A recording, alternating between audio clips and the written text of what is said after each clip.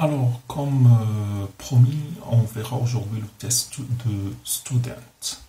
Après avoir vu dans la séance numéro 1, donc la formulation des hypothèses lors du test d'hypothèse. On avait dit que le test d'hypothèse respecte certaines étapes. Et on avait vu lors de la séance dernière, donc les étapes du test. Donc, avant de voir dans la séance numéro 3, la procédure de décision et également les types de tests, test bilatéral, test unilatéral à gauche, test unilatéral à droite. Aujourd'hui, on va voir le test de student.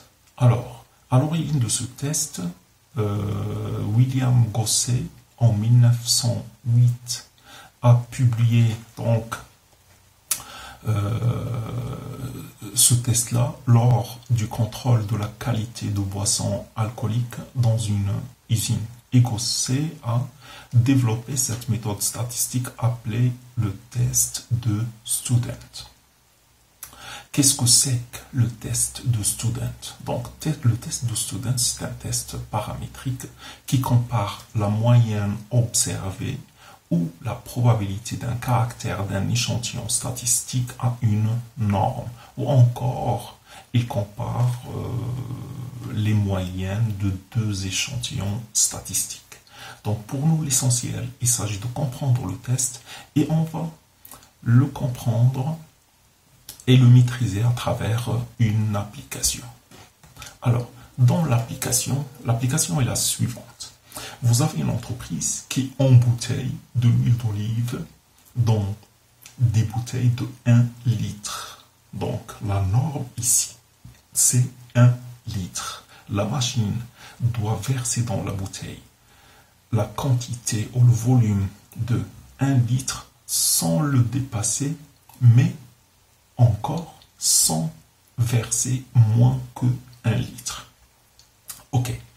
Pour comprendre cela, et c'est valable également pour le test d'hypothèse et ses procédures et ses types qu'on verra par la suite.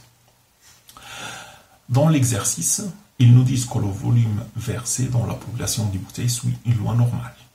Très bien. Si la machine verse plus de 1 litre, ici, par bouteille, les bouteilles vont déborder et l'entreprise va perdre des volumes importants d'huile. Donc, plus de 1 litre, c'est pas bon. Si on prend le test d'hypothèse qu'on a vu la dernière fois, on va dire plus de 1 litre, c'est pas bon, ça veut dire que zone critique se trouve sur la droite. Et en même temps, si la machine verse moins de 1 litre, dans chaque bouteille, l'entreprise risque d'avoir des plaintes de la part de ses clients. Ça veut dire ici, moins de 1 litre, ce n'est pas bon non plus.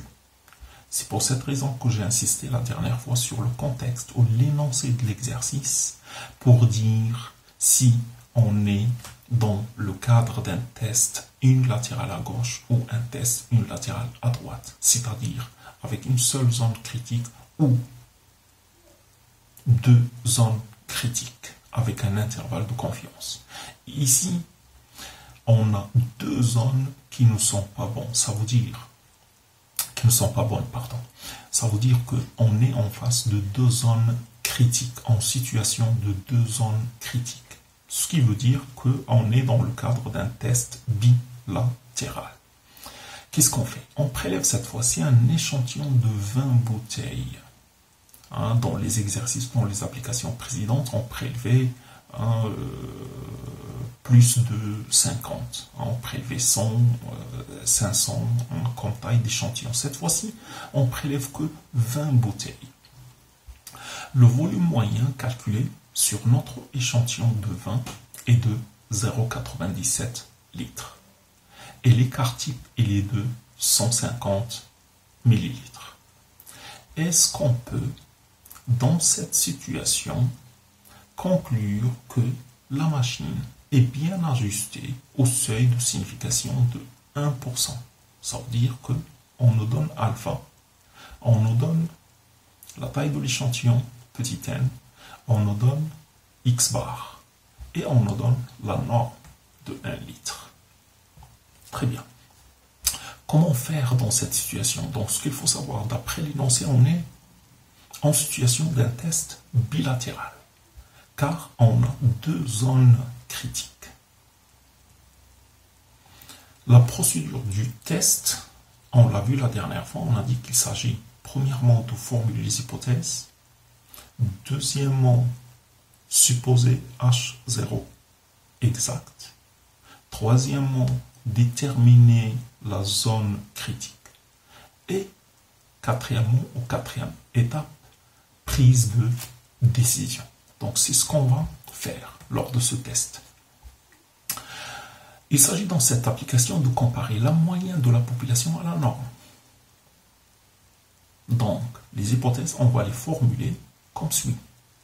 Étape 1, formulation des hypothèses. M, la moyenne de la population, est égale à la norme, et la norme c'est 1 litre. Formulation de l'hypothèse. Le volume d'huile versé par la machine est conforme à la norme.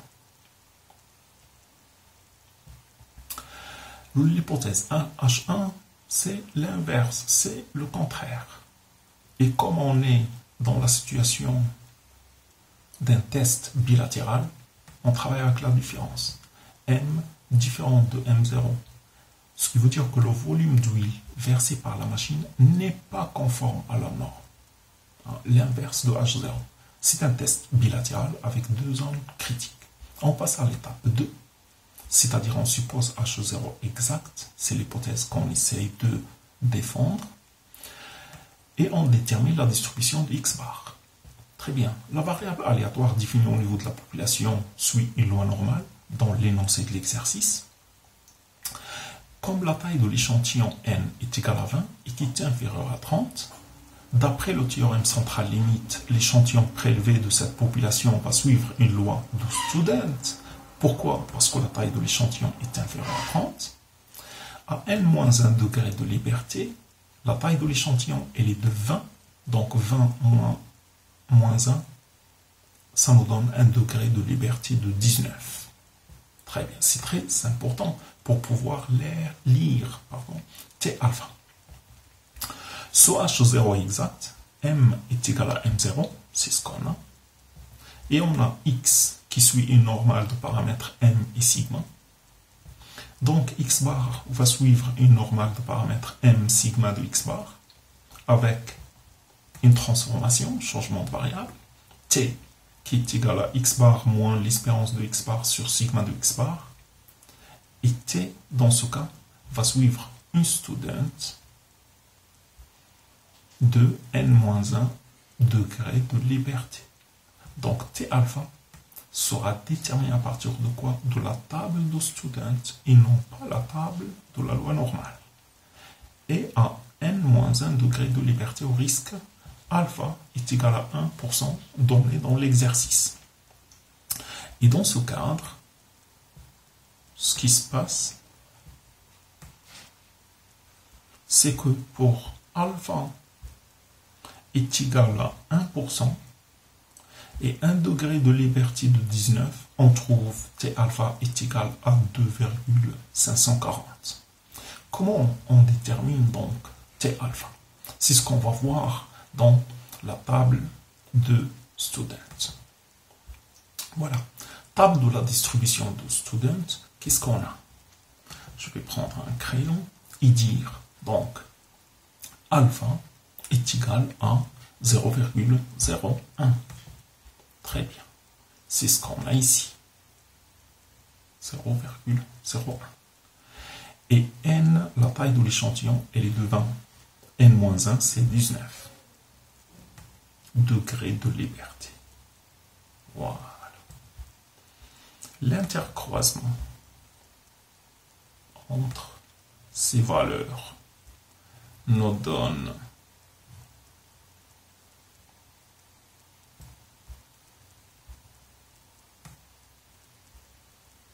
nous donne 2,539. Voilà. C'est pour ça. 2. Donc, on arrondit, ça nous donne 2,540. Voilà. C'est ça, la valeur. Très bien. Donc, on a déterminé T. Qu'est-ce qu'il reste à déterminer? Donc, la zone d'acceptation et la zone critique. Et donc, on passe à l'étape numéro 3. Dans l'étape numéro 3, qu'est-ce qu'on a? On a X dans un test bilatéral appartient à cet intervalle. M0 moins T alpha, M0 on l'a, T alpha.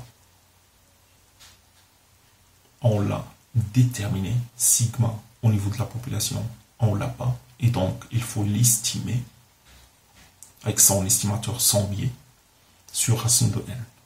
Voilà. Et la deuxième borne, L2, c'est M0 plus T alpha, sigma sur racine de n, avec alpha est égal à 1%. Donc on peut écrire que X bar se situe dans la zone L1, L2. Et donc la probabilité pour que X bar soit dans cet intervalle est égale à 1 moins alpha. Pourquoi? Alpha, c'est le risque qu'on court. Et ici, donc, c'est la zone d'acceptation. Comme sigma est inconnu, on va le remplacer par son estimateur sans biais, S'. Hein, échantillon indépendant.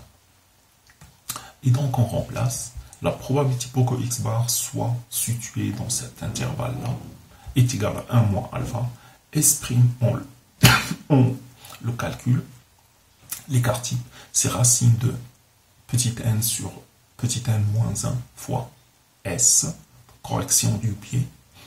Ça nous donne racine carrée de 20 sur 19 fois 0,15 qui est égal à 0,154. N'oubliez pas que dans l'exercice, on nous dit 150 millilitres qu'il faut transformer en litres. Et il ne faut pas faire l'erreur en gardant 150, travailler avec 150 millilitres en écart type. Soit il faut tout transformer en millilitres ou bien en litres, hein, pour parler de la même voie. Sigma de X bar dans cette situation est égal à S' sur racine de n, qui est égal donc à cette valeur S corrigée, 0,154 sur racine de 20, ça nous donne 0,0344. Et du coup, la probabilité, il suffit de remplacer ces bornes par leur valeur. Donc M0, c'est 1 litre, moins T alpha, c'est 2,54, fois cette valeur-là, sigma de X bar, qui est égal à 0,0344, hein, de chaque côté ici, donc on a 1 moins 1 plus la valeur qui est égale à 99%. La probabilité donc, on remplace, on retrouve que X bar se situe dans l'intervalle 0,91 et 1,09. La probabilité pour que X appartienne à cet intervalle est égale à 99%. Maintenant, on a défini les bornes qui sont 0,91 et 1,09. Il faut voir, est-ce que sur notre échantillon, la moyenne retrouvée appartient à cet intervalle ou pas? Et on passe donc à l'étape 4, prise de décision. Si X bar est inférieur à 0,91, ça veut dire en dehors de notre intervalle de confiance, il faut rejeter H0 et accepter H1. Ou si X bar supérieur à 1,09, on refuse, on rejette également H0. On constate que X bar est égal à 0,97 dans l'exercice,